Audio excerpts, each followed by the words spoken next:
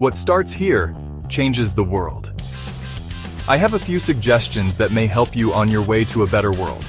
And while these lessons were learned during my time in the military, I can assure you that it matters not whether you ever served a day in uniform. It matters not your gender, your ethnic or religious background, your orientation or your social status. Our struggles in this world are similar, and the lessons to overcome those struggles and to move forward, changing ourselves and changing the world around us, will apply equally to all. So here, the 10 lessons I learned from basic SHIELD training that hopefully will be of value to you as you move forward in life every morning in SEAL training. My instructors, who at the time were all Vietnam veterans, would show up in my barracks room, and the first thing they do is inspect my bed if you did it right. The corners would be square, the covers would be pulled tight, the pillows centered just under the headboard, and the extra blanket folded neatly at the foot of the rack. It was a simple task, mundane at best, but every morning we were required to make our bed to perfection.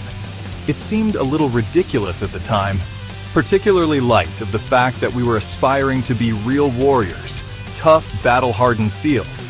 But the wisdom of this simple act has been proven to me many times over. If you make your bed every morning, you will have accomplished the first task of the day.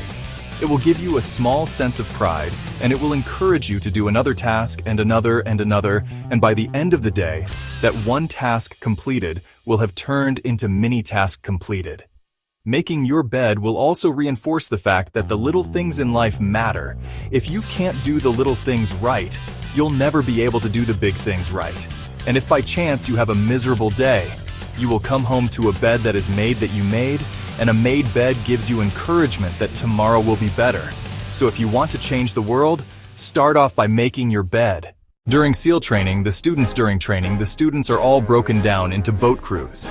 Each crew is 7 students, 3 on each side of a small rubber boat, and 1 coxswain to help guide the dinghy. Every day your boat crew forms up on the beach and is instructed to get through the surf zone and paddle several miles down the coast. In the winter, the surf off San Diego can get to be 8 to 10 feet high, and it is exceedingly difficult to paddle hook through the plunging surf. Unless everyone digs in, every paddle must be synchronized to the stroke count of the coxswain. Everyone must exert equal effort, or the boat will turn against the way eve and be unceremoniously dumped back on the beach for the boat to make it to its destination. Everyone must paddle. You can't change the world alone. You will need some help, and to truly get from your starting point to your destination takes friends, colleagues, the goodwill of strangers, and a strong oxen to guide you if you want to change the world. Find someone to help you paddle over a few weeks of difficult training. My SEAL class, which started with 150 men, was down to just 42. There were now 6 boat crews of 7 men each. I was in the boat with the tall guys, but the best boat crew we had was made up of little guys. The Munchkin crew, we called him. No one was over 5'5". The bunch could bug crew at 1 American Indian, 1 African American, 1 Polish American, 1 Greek American, 1 Italian American, and 2 tough kids from the Midwest. They out-paddled out, ran and out-swam all the other boat crews. SEAL training was a great equalizer. Nothing mattered but your will to succeed. Not your color, not your ethnic background, not your education, not your social status. If you want to change the world, measure a person by the size of their heart, not by the size of their flippers. Several times a week, the instructors would line up the class and do a uniform inspection. It was exceptionally thorough. Your hat had to be perfectly starched. Your uniform immaculately pressed, your belt buckle shiny and void of any smudges. But it seemed that no matter how much effort you put into starting your hat or pressing your uniform or polishing your belt buckle, it just wasn't good enough. The instructors would find something wrong for failing the uniform inspection. The student had to run fully clothed into the surf zone, then wet from head to toe roll around on the beach until every part of your body was covered with sand. The effect was known as sugar cookie. You stayed in the uniform the rest of the day, cold, wet, and sandy. There were many a student who just couldn't accept the fact that all their efforts were in vain, that no matter how hard they tried to get the uniform right, it went unappreciated. Those students didn't make it through training. Those students didn't understand the purpose of the drill. You were never going to succeed. You were never going to have a perfect uniform. The instructors weren't going to allow it. Sometimes, no matter how well you prepare or how well you perform, you still end up as a sugar cookie. It's just the way life is. Sometimes, if you want to change the world, Get over being a sugar cookie and keep moving forward every day during training. You were challenged with multiple physical events: long runs, long swims, obstacle courses, powers of calisthenics, something designed to test your mettle. Every event had standards, times you had to meet if you failed to meet those times. Those standards, your name was posted on a list, and at the end of the day, those on the list were invited to a circus. A circus was 2 hours of additional calisthenics designed to wear you down, to break your spirit, to force you to quit. No one wanted a circus. A circus myth that for that day you didn't measure up.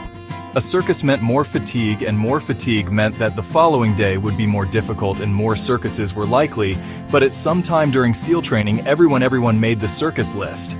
But an interesting thing happened to those who were constantly on the list over time. Those students who did 2 hours of extra calisthenics gets stronger and stronger. The pain of the circuses built inner strength and physical resiliency. Life is filled with circuses. You will fail. You will likely fail often. It will be painful. It will be discouraging at times. It will test you to your very core. But if you want to change the world, don't be afraid of the circuses. At least twice a week, the trainees were required to run the obstacle course. The obstacle course contained 25 obstacles, including the 10-foot wall, a 30-foot cargo net, a barbed wire crawl, to name a few. But the most challenging obstacle was the slide for life. It had a 3-level 30-foot tower at one end and a 1-level tower at the other. In between was a 200-foot-long rope you had to climb, the 3-tiered tower. And once at the top, you grabbed the rope, swung underneath the rope, and pulled yourself hand over hand until you got to the other end. The record for the obstacle course had stood for years from my class began in 1977. The record seemed unbeatable. Until one day, a student decided to go down the slide for life head first. Instead of swinging his body underneath the rope and inching his way down, he bravely mounted the top of the rope and thrust himself forward. It was a dangerous move. Seemingly foolish and fraught with risk, failure could be an injury, and being dropped from the course. Without hesitation, the student slid down the rope perilously fast. Instead of several minutes, it only took him half that time.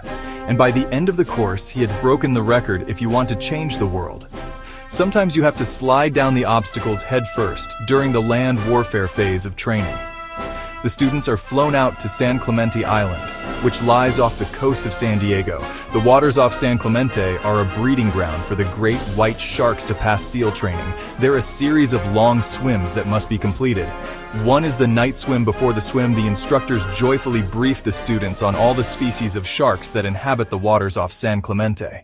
They assure you, however, that no student has ever been eaten by a shark, at least not that they can remember, but you are also taught that if a shark begins to circle your position, stand your ground, do not swim away, do not act afraid. And if the shark, hungry for a midnight snack, darts towards you, then summons up all your strength and punch him in the snout, and he will turn and swim away. There are a lot of sharks in the world. If you hope to complete the swim, you will have to deal with them. So if you want to change the world, don't back down from the sharpest. As Navy SEALs, one of our jobs is to conduct underwater attacks against the enemy's shipping. We practice this technique extensively during training. The ship attack mission is where a pair of SEAL divers is dropped off outside an enemy harbor and then swims well over 2 miles underwater, using nothing but a depth gauge and a compass to get to the target. During the entire swim, even well below the surface, there is some light that comes through. It is comforting to know that there is open water above you. But as you approach the ship, which is tied to a pier, the light begins to fade. The steel structure of the ship blocks the moonlight. It blocks the surrounding street lamps. It blocks all ambient light. To be successful in your mission, you have to swim under the ship and find the keel, the center line, and the deepest part of the ship. This is your objective. But the keel is also the darkest part of the show, where you cannot see your hand in front of your face, where the noise from the ship's machinery is deafening, and where it gets to be easily disoriented and you can fail. Every SEAL knows that under the keel, at that darkest moment of the mission, is a time when you need to be calm, when you must be called, when you must be composed, when all your tactical skills, your physical power, and your inner strength must be brought to bear if you want to change the world. You must be your very best in the darkest moments. The 9th week of training is referred to as Hell Week. It is 6 days of no sleep, constant physical and mental harassment, and one special day at the Mud Flats. The Mud Flats are an area between San Diego and Tijuana. where the rough water runs off and creates the Tijuana Sloughs, a swampy patch of terrain where the mud will engulf you. It is on Wednesday of Hell Week that you paddle down in the mud flats and spend the next 15 hours trying to survive this freezing cold, the howling wind, and the incessant pressure to quit from the instructors as the sun began to set that Wednesday evening. My training class, having committed some egregious infraction of the rules, was ordered into the mud. The mud consumed each man till there was nothing visible but our heads. The instructors told us we could leave the mud if only 5 men would quit only 5 minutes. Just 5 men, and we could get out of the oppressive cold. Looking around the mud flat, it was apparent that some students were about to give up. It was still over 8 hours till the sun came up. 8 more hours of bone-chilling cold. A chattering teeth and the shivering moans of the trainees were so loud it was hard to hear anything. And then one voice began to echo through the night. One voice raised in song. The song was terribly out of tune but sung with great enthusiasm.